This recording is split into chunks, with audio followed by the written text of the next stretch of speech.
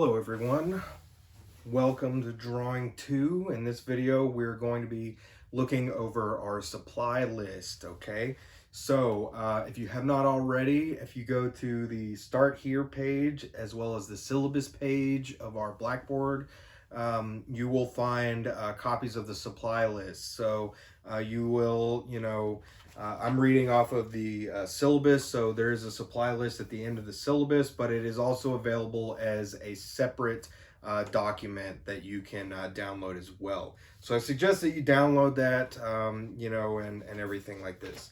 Now, I want to start by saying that you are not required to purchase a textbook for this class. In lieu of the textbook, your supplies are what are going to count there. Now, I also want to preface that you may need to buy additional supplies through the course of the semester. Now, I don't really foresee that being a huge issue, but, depending on how much you're using or how many, times you restart over on a drawing or what have you, you might need to purchase, extra stuff over the course. So that's just something to keep in mind. Now, on the supply list as well as the syllabus, I also have a list of the major, art supply places where you can get these items. So for instance, we have Acel Art Supply. That's a local chain. They have locations in Arlington, Fort Worth, and Dallas. And you can get everything that I'm going to show you today at Acel Art. They also offer a lot of, sales. A lot of their, just materials are on sale all the time. They also offer a 10% off student discount on your entire purchase. So, you can get all of your materials tax-free at any time that you wish. But you can also get most of these materials at Michael's and Hobby Lobby as well. The one thing that you're probably not going to be able to get at Michael's are going to be our drawing papers that we're going to talk about. And these are loose individual sheets of drawing paper as opposed to like a pad of drawing paper, all right? And we'll get into that in a second. But aside from Michael's and Hobby Lobby, once again, they're great. They got a lot of this stuff. They also offer coupons and sales and all kinds of stuff like that. But I also have a list of several websites that you can order materials from as well. Now, these are nice because they also offer many of these materials fairly cheap, but the downside is that you have to wait for them to come in the mail. But, depending on what your circumstances are, that might not be that big of a deal. Some of these things you won't need until later on.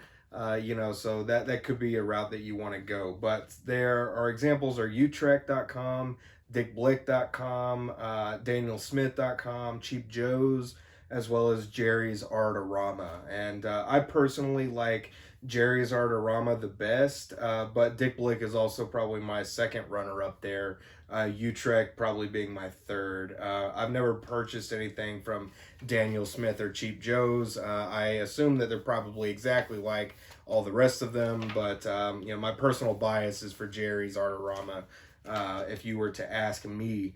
But once again, they're all basically the same. Now, I ask that you try to acquire your materials as soon as possible. Everything that we're doing here is going to be based on these supplies that we go over today. But for our intro assignment where you do just an intro drawing for me, all you really need is a piece of copy paper and a number 2 pencil to get started. So, be looking for that. Now, if we flip over, we have the supply list. And if you notice, the first part of the list, everything has a star next to it. And that star indicates something that is absolutely required for this class. I have a list of optional materials, and these are things that you can either go without or we can use as alternatives or, what have you. And we'll talk about those here in a second as well. So, to start off with, you're going to need 5 sheets of toned drawing paper. I recommend Reeves BFK, Stonehenge, or Canson Metientis. These are going to be the 3 most easy to find. Canson in general is probably going to be the easiest to find. I know that in addition to just toned drawing paper made by Canson, but also the Mi Tientas is widely available at Hobby Lobbies and Ace Art Supply. The only place that I know of that won't sell these individual sheets of paper is Michael's, and for some reason, I don't know why. But once again, I really recommend that you either go to Ace Art Supply or Hobby Lobby to get this paper. But let's talk about some few versions. So if you go to Hobby Lobby, they're going to have individual sheets of Canson or Strathmore drawing papers, and those are certainly fine. What I like about the individual sheets is they come in a wider variety of tones and colors than the stuff in the pad does. So you can get, like a pure white or an eggshell or like a tan and things like that. So you got a lot more variety there. However, the papers that I really like to draw on are actually more of a printmaking paper, and these are Reeves BFK or Stonehenge. And both are comparable. They're both cotton rag, so they're both 100% cotton paper. And what I like about them is, as we can see here, they come in a variety of tones. So we got like a stark white versus a light gray. It also comes in taupe and beige and, kind of earthy tones as well. But it's really nice. But what I like about it is because it's printmaking paper, it's designed to get wet. In printmaking, we would actually suspend this paper in a water bath, and it makes it more pliable so it can stretch around the plate, leaving the embossment. But what I also like about it, drawing on it specifically with charcoal and anything else, is that I can put pure black charcoal on this and I can erase it back down to pure white as well. And that's because when we erase vigorously on it, we actually kind of tear up the top layer of the paper, re-exposing the white underneath. So it's really nice paper. The individual sheets of Canson or Strathmore are usually going to range between about $1.50 to $3 a piece, but this is going to be about $8 to $10 a piece. And so it's a bit more expensive, but it's worth it. And sometimes you can buy this in a pack of 4 or 5 sheets. It just depends where you're at and everything like that.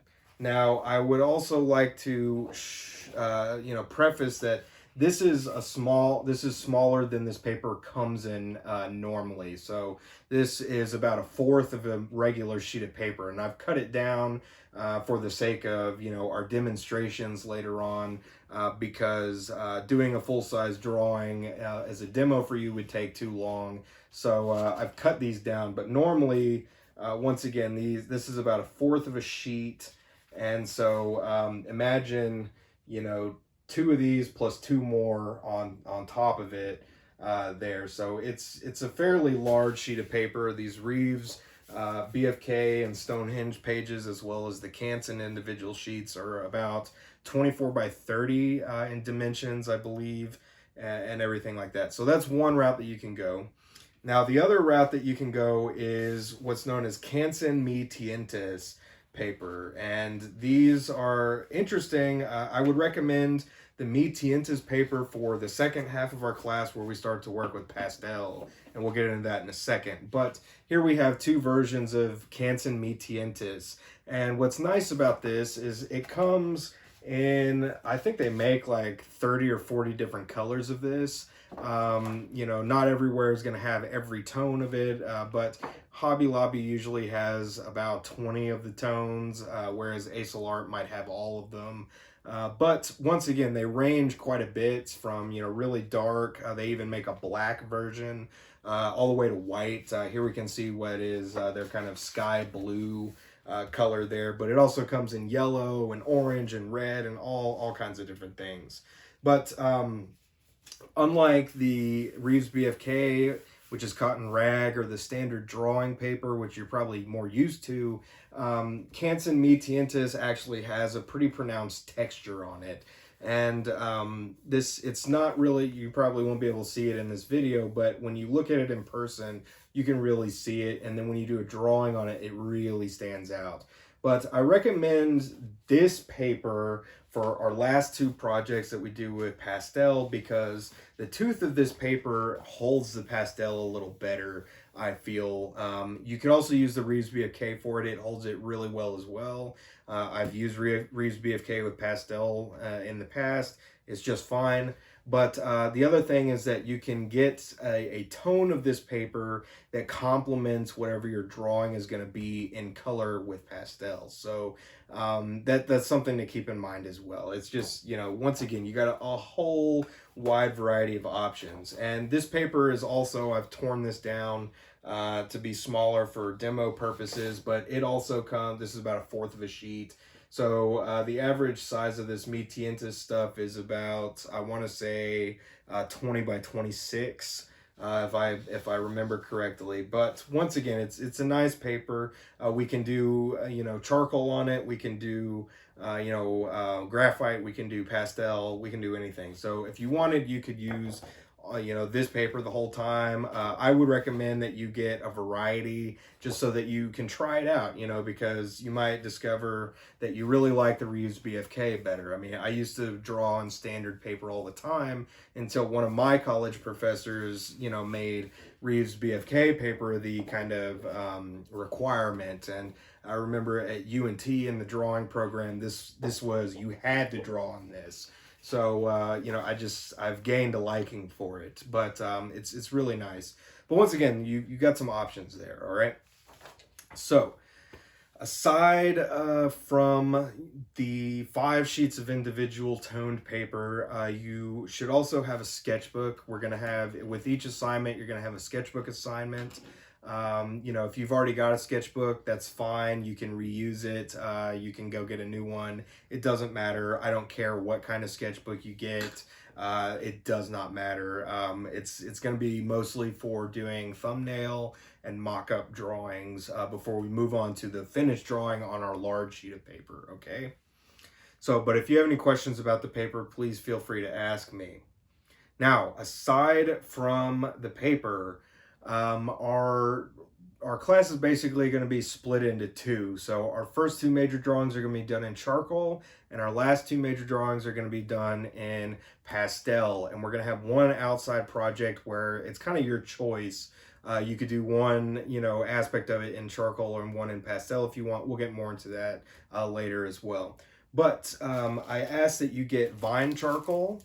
You can also use pencil, like charcoal pencils if you wish. However, I find that they tend to break easy and they don't sharpen well and everything like that. Whereas the vine charcoal is a pure piece of charcoal. And it might be a little hard to see, but they also come in a variety of sizes. This is the thin stuff.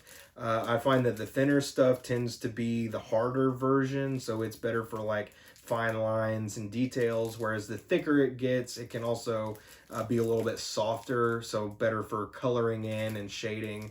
But I wanted to show you the kind of difference that is there. So this is a large piece of vine charcoal, and this is really, I use this for transferring most of the time, but you can also color in large areas with this. But you can see how much bigger it is compared to these little bitty guys over here. So that's something you might want to play around with as well. But this is sold, like you only get one of these sticks in a box. And it lasts quite a while, but you know, this is probably also a $4 to $5 stick of charcoal versus, you know, $2 to $3 where you get a bunch, you know. And once again, some of the packs also give you a variety and everything like that. So I recommend that you get the vine charcoal. You can use the pencils. I have a lot of charcoal pencils that you'll probably see me use in demos as well. I like the pencils more for like really fine details, like those little bitty things here and there. Like if I was doing my own portrait, I'd use it in like the pupil of my eye, eyelashes, stuff like that. But once again, I can also sharpen these vines down into really fine points and everything like that. So there's that. Now, I would also recommend that you have at least some kind of compressed charcoal as well. The charcoal pencils with the wood on them are technically compressed, so that would work. But compressed also comes in these big sticks like you see here. Now, these usually come either 2 or 4 of these sticks in a package. But they look like this. You know, what I like about these two is that I can, you know, either use the whole broadside of this to make big swathing marks, kind of like, you know, my big piece of vine here. But I could also sharpen this down to a fine point. I could break a small piece off and use only that, et cetera, et cetera, et cetera. So it's more infinite variety. The compressed will also give you much deeper black than the vine will. Even this, like I can make this big vine look fairly dark on the page, but it's not going to look as dark as the compressed is going to. So I really recommend that you get at least 2 of these sticks. We're going to do a nocturnal drawing, so this will come in really helpful there. Now, aside from your charcoal, you're also going to need a package of assorted soft pastels. Now, I want you to notice that I mentioned soft pastels and not oil pastels. Do not buy oil pastels.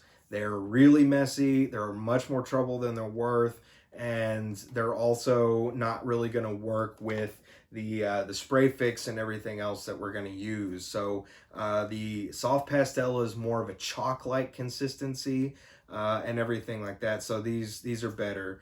Now this is, you know, I don't have any specific brand that you should buy. However, I will tell you that the more money you spend on pastels, the better quality they're going to be. If you go to Hobby Lobby and buy the Master's Touch store brand pastels, they're going to be really crummy. I find Master's Touch to be just absolutely terrible to begin with. Their pigment quality is really bad, so it's not going to do the same as other brands. Here we have Faber-Castell. This is a major brand out of Germany. I think I got these at Michael's. But once again, you know, there's all kinds of different ones. Probably the best and most expensive version that you can get are Rembrandt pastels. They're really nice to use, but those are about $5 for one individual pastel stick, whereas I think this was 20 bucks for a package of 24. However, let me pop this open really quick. You can see that, you know, these pastels that I got here are fairly tiny. So once again, you might have to buy an extra set or a few more throughout our drawings with these, depending on how much you end up using there. But you can also see they come in a variety of different colors. Once again, different brands are going to have different color options, etc., etc., etc.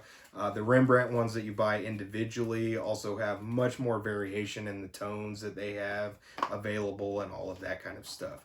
But I don't want you to break, you know, the bank or spend an arm and a leg on these. If you want to, by all means, but you can get away for cheaper. Once again, I think this was about $20 or $25, something like that. So there's that. Now, aside from your pastels and your charcoal, I also recommend that you get a pencil sharpener. And, you know, this can be any kind of pencil sharpener. If you've already got one, that's great. Use it. I personally like these that have the 2 sides on them, you know, a thin and a thicker one. These are really nice because it allows you a little bit more control when you're sharpening. I also like to use the thick side with these little pieces of vine charcoal. So I get it way down in there and then just very gently turn it against the razor there and make a fine point. But aside from this kind of guy, once again, if you've got a different version, that's fine. But we can also use an X-Acto knife for sharpening as well. So what I really like to do with the X-Acto knife is I usually like to use this on the charcoal pencils because I feel like, you know, if you drop one of those charcoal pencils, the lead inside breaks very easily.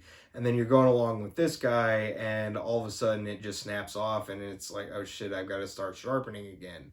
Whereas with the knife, I can just carve away the wood. I can expose more of it if I want, then this will allow, etc., etc. This is also really nice if I wanted to sharpen down one of these compressed sticks. I could sit there with the X-Acto knife over the trash can and round the corners off and then work it down to a fine point, everything like that. So X-Acto knife might be your friend there. Now, aside from that, there's another sharpening tool that you might have seen and you might buy.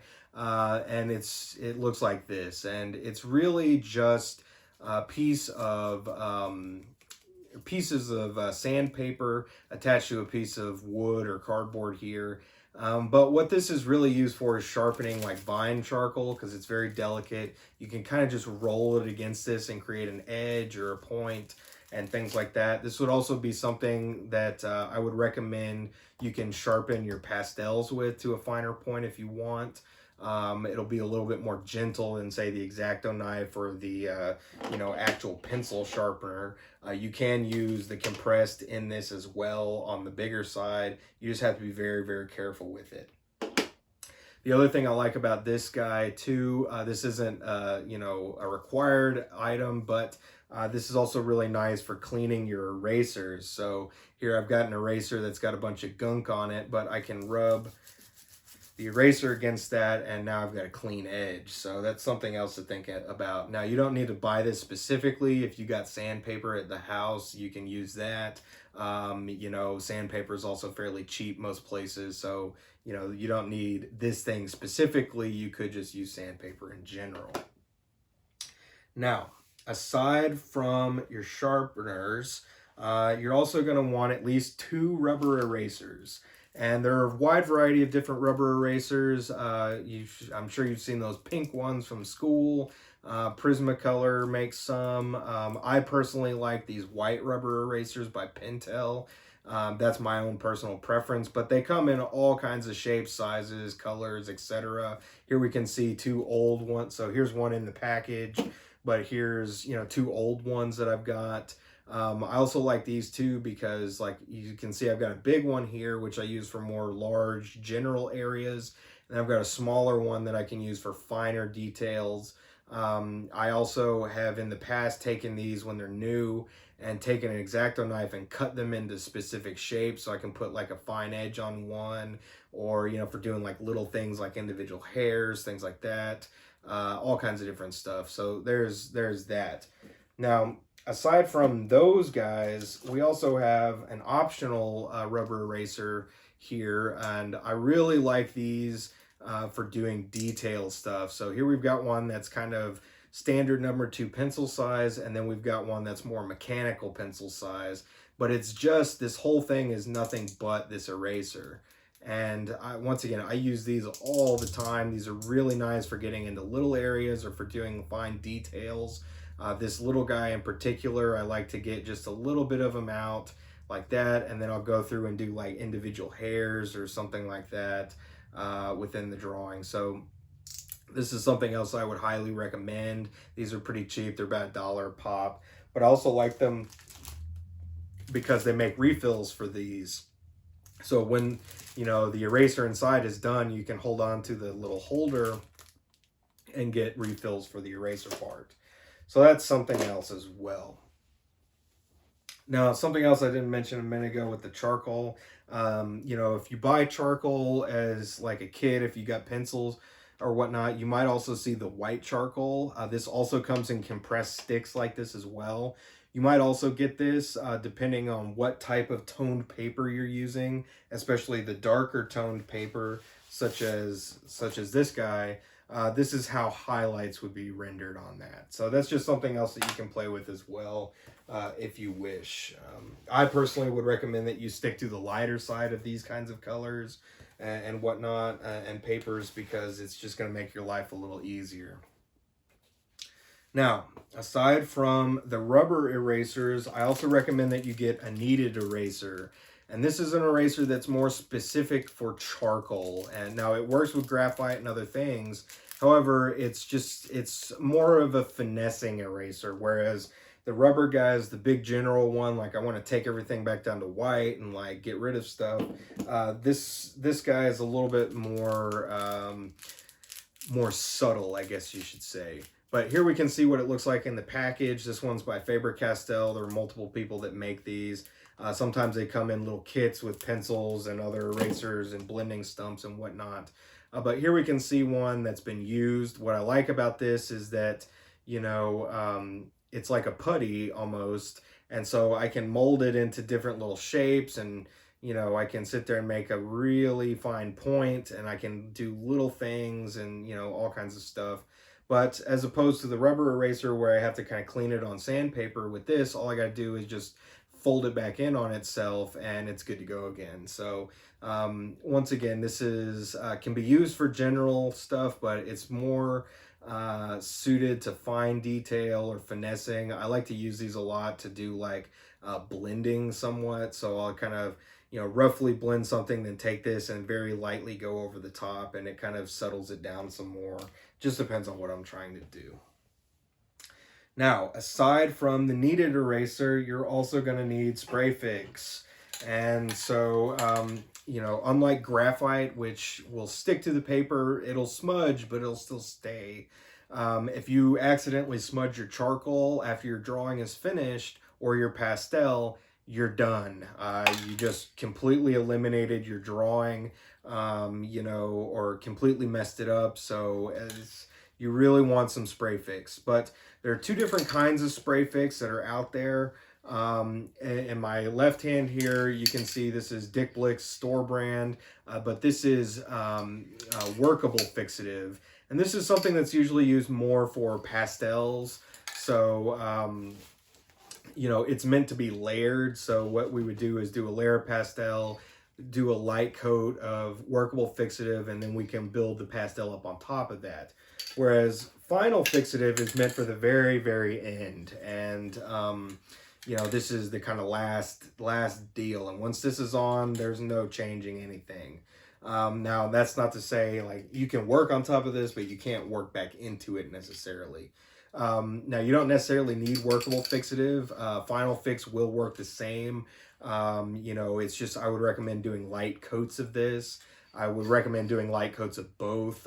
This is basically like a, you know, a can of spray paint. So you want to shake it up really well and do multiple light passes of it. You know, it's better to do, you know, 2 or 3 light coats than one heavy one, because the heavier coat, it's going to tend to either run or it's going to warp your paper, you know, something like that. So that's something. But it's important to note that most of these, you know, cans, the store brand stuff, like this is Prismacolor. These usually range between about $9 and $12 a can. So if you're looking for something a little bit more cheap, you can also use hairspray for this as well. So if you got a can of Aquanet laying around, you can use that as well. But I would use the Aquanet more as a final fixative than a, you know, kind of in between there. Now, aside from that, our last kind of required material is going to be a drawing board. And so here we can see a drawing board. You might already have one. You know, this is a store-bought one, but what I like about it is it's got these clips attached to it. But what I don't like about these store-bought ones is that oftentimes they're fairly small compared to like the full-size page of Reeves BFK, or, you know, the loose sheets of drawing paper. And they've got this big handle here. So if the paper's taking this up, well, there's a spot where, you know, we have no backing and everything. So if you are using larger sheets of paper that don't fit on one of these, you can also go to Home Depot or Lowe's and buy a piece of Masonite. I mean, this whole thing, this is literally just Masonite that's been cut. But you can get it cut to a specific size to fit your paper and everything like that. So there's an option. Now, they also make a variety of these. Like, so this one in particular has these big clips, whereas my other one here has these kind of smaller clips that, hold on, that come out. But, you know, I use this guy more for holding like reference material when I paint, versus this guy is better for holding like a drawing pad and, you know, all that kind of stuff. So there's that. Once again, if you've already got one, you can use it. If you are looking for something bigger or cheaper, these are usually about $20 a pop. You can go to Home Depot and buy a 3x3 sheet of Masonite for about $5 and just have them cut it and everything like that. Now, aside from that, let's talk about some optional materials, okay? So as you can see, this particular board has clips attached to it, but you can also buy clips that are separate, such as this.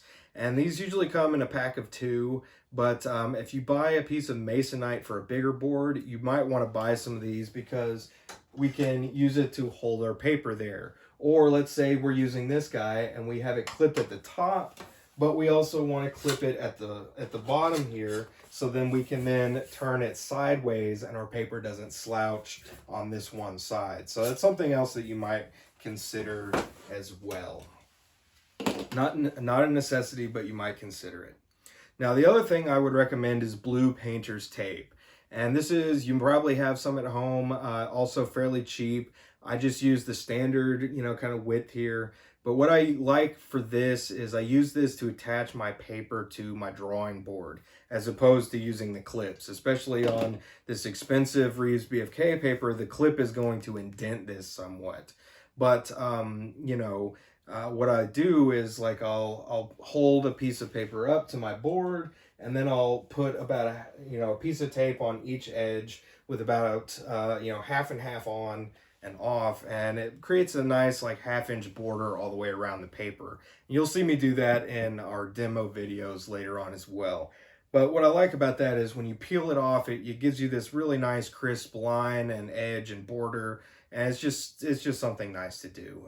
It makes your drawings look more professional and everything like that. Now, aside from the painter's tape, something else that you might consider is a mall stick, and so that's what we see here.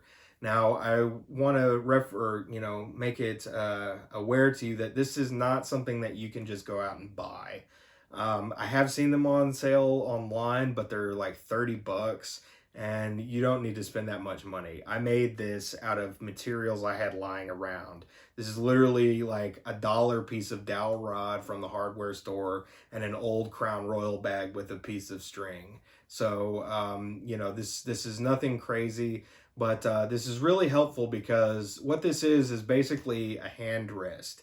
So I can hold it in my non-dominant hand, but then I can, hold my pencil or my charcoal or whatever in my other hand, and I can rest the pad or the edge of the stick on my board, and then I can rest my hand on the stick, and so that way my hand isn't touching the paper and it's not dragging through my charcoal or my pastel and whatnot, and thus smudging and ruining it. So this is something that's is very, very invaluable. I use this every time I make any kind of artwork. You'll see me use it in the demos, etc., etc. Now, once again, this is something I made out of just scrap I had lying around. If you don't have those or you're looking for something else, you can also use a yardstick. I have this yardstick from Ace Hardware. I spent 50 cents on it. It's cheap. I don't care if it gets nasty or, messed up. But I can use it not only as a ruler, as a yardstick, a straight edge, but I can also use it as a maul stick as well. So I can use it to rest my hand on. So this is an even cheaper version if you were so inclined. Now, aside from that, you might also want some things to blend your material with.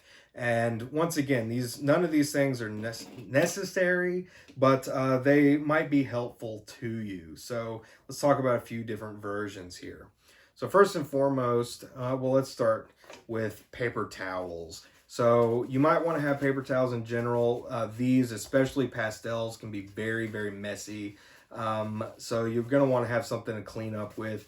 But what I like to do too is I like to tear off little pieces of paper towel and, kind of fold them up into points or shapes. And then I use that to blend or smudge with. You can also use your fingers as well. It just depends on what I'm trying to do. I also usually like to use the paper towel to blend and smudge larger areas, whereas I use the blending stumps for more refined, detail-y kind of areas. And so here we can see the blending stumps, and these come in a variety of sizes. Here we can see usually you'll get a couple different sizes. You can also buy these individually. They even come even bigger. So there are ones that are like double this size of the biggest one here. But, I have quite a few of these. I usually like to have one for like graphite, one for charcoal, one for white charcoal, and et cetera, et cetera. But, these, I don't use them a whole lot, but they're really nice. As you can see that fine little point, you can get in there and like little detaily things and everything like that. So they're really nice for those kinds of things. Now, aside from that, we can also use a makeup sponge as well. And once again, this is something that's going to be better suited to larger areas, more generalized areas. But we could also cut these up into shapes and do all kinds of things with them. They even make a version of this for pan pastel, where it's like a little tiny makeup sponge that slips onto the end of a palette knife, and it gives you, you know, kind of more of a blending stump version of the sponge itself. So that's something else you could play around with if you wanted as well. You know, so that's just another option.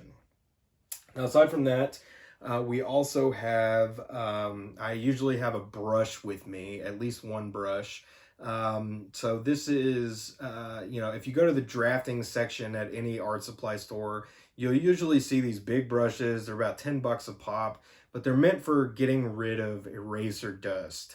And you use the brush because if you go and wipe your hand across the drawing, well, you might smudge your charcoal or your pastel or whatnot. And that's a problem because then you got to do a lot of fixing it. Whereas with the brush, you can lightly kind of sweep it away. I usually like to kind of pat it, or we can, you know, tap the back of the drawing board and everything like that. So there's that. This is just a cheapo. I think this was 50 cents that I got at, you know, the hardware store. But what I also like is I also can draw with this as well if I want. So something else that you can play around with if you want, they also make powdered charcoal. And so when I was in school, I used some of this powdered charcoal with this brush, and I would kind of paint with it almost and do big broad swaths. I've also used this to tone my paper, so I can, you know, tone the white paper gray with this. I could also use any of the charcoal to do that, and we'll show that in examples later. But I also have in my box 2 old stumpy brushes that I also use to blend with, that I use, you know, with the powdered charcoal and all of that kind of stuff. So once again, if you're interested in trying that, feel free by any means. Now, aside from that, something else that you might want to have is a viewfinder. This can help you to, you know, kind of frame up an image that's before you in life. Here we can see this is one that's like pre-made. It's got different measurements for different proportions and whatnot. But I don't necessarily have to, you don't have to use one of these that's pre-bought. I don't even know how much this cost. I think I got this for free a few years ago.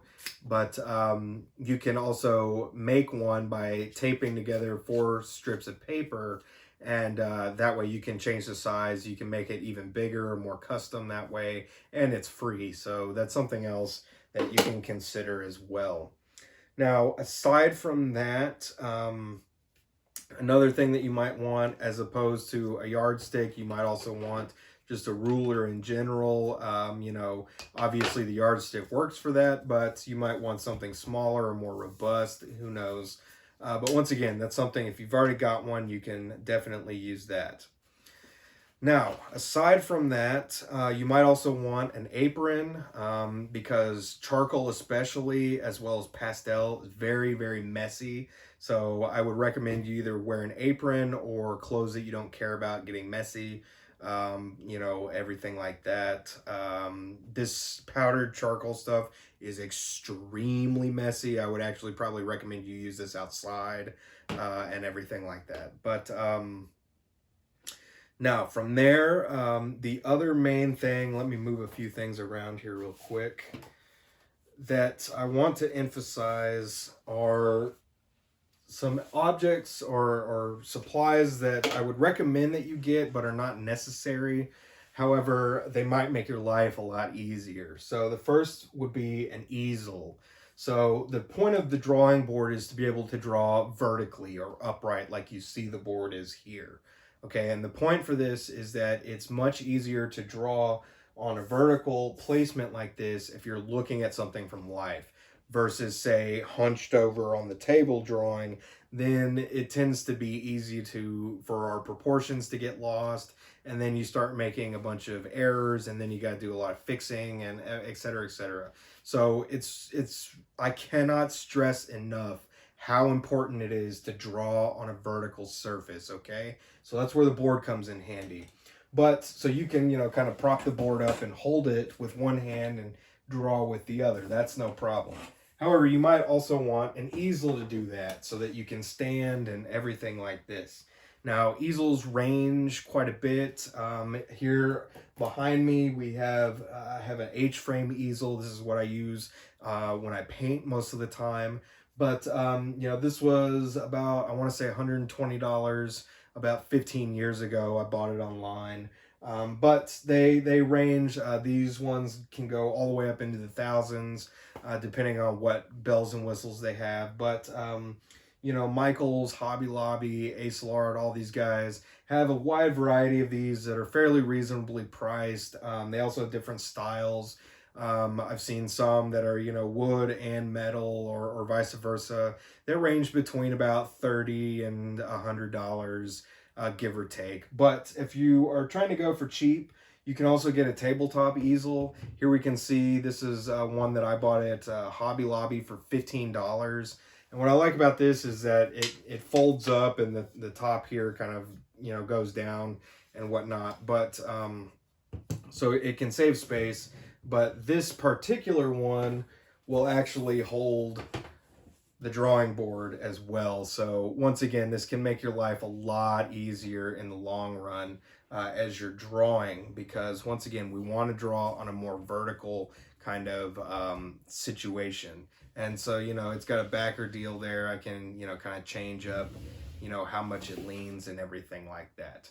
So I would really recommend that you get an easel. It's not necessary, but it's going to make your life a lot easier. Now, aside from that, one of our other major, kind of optional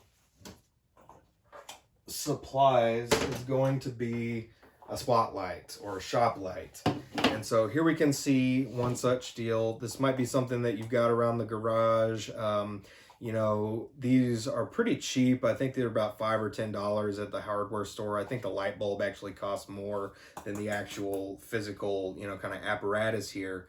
But the point of this is to create strong lighting. We're going to do at least 2 still lifes. And you're going to want some kind of light source to create dramatic shadows and things in that composition. We'll talk more about that later on. But what I like about this is, it has a kind of clip that attaches to anything. It doesn't really do any damage to whatever you clip it to. And it's very versatile, so you can really change the lighting and everything like that. Now, aside from this, you could also use a flashlight, you could use a lamp, you could use candle lights, you could use like a singular window or something like that. But the point is to create strong shadows within the composition. Now, aside from that, below our major supplies, you'll also see 2 lists toward the bottom of a variety of different things, and these are going to be for your still life compositions. So what you're going to need is, nothing descript. It can be anything you want, but, you're going to want to choose at least, 5 to 7 objects. I believe one of the projects is 7 and one is 5. But these objects can be anything that you want, okay? I would also recommend that you change the objects between the 2 drawings. Just for more interest. You can certainly use certain objects again if you want, but it's just, more variety is more fun. But, I would also recommend that you think about objects that are contrasting, so large and small, transparent or opaque,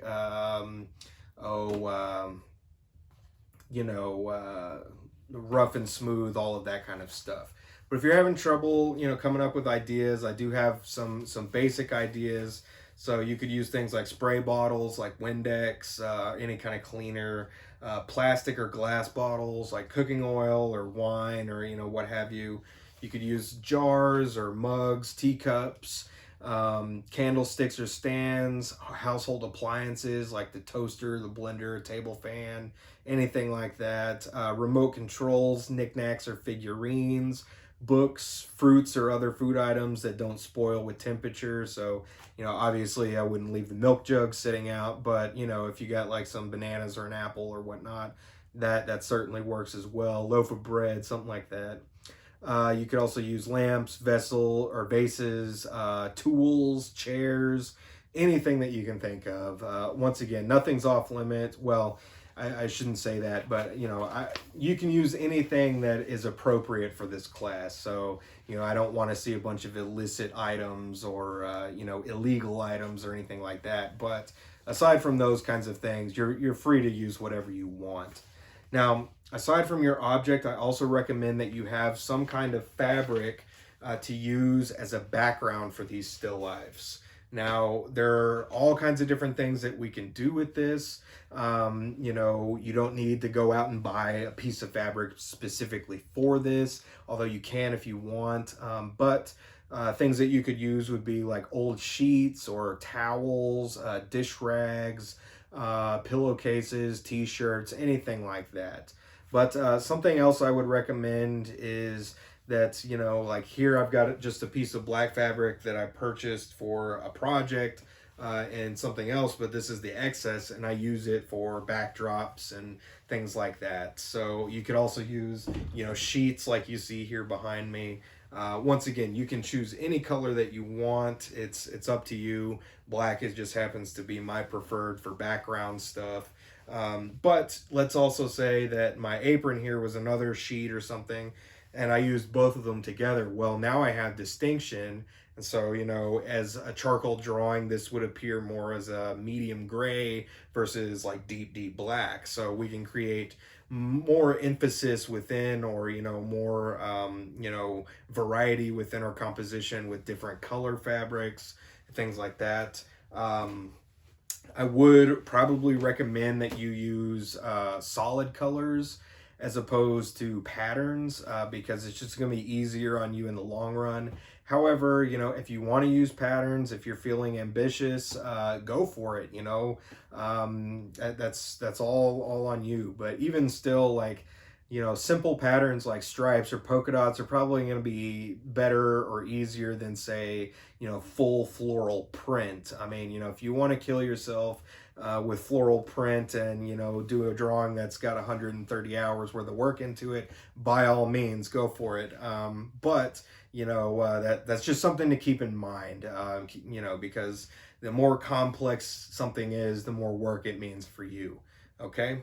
So, aside from that, once again, just remember that some of these materials, depending on how hard you use them or how much you use them, you might have to, get a little bit extra. The compressed charcoal sticks are probably a good example of that. The pastels and everything as well. So just keep that in mind. Also, if you have any questions whatsoever about any of the materials, please feel free to contact me about that. If you're having a hard time finding a material and or you're looking for some kind of an alternative, let me know and we can work through different things that you can use for that as well. Okay, so that's pretty much it for our supply video, and I thank you for joining me, and we'll see you again next time, all right?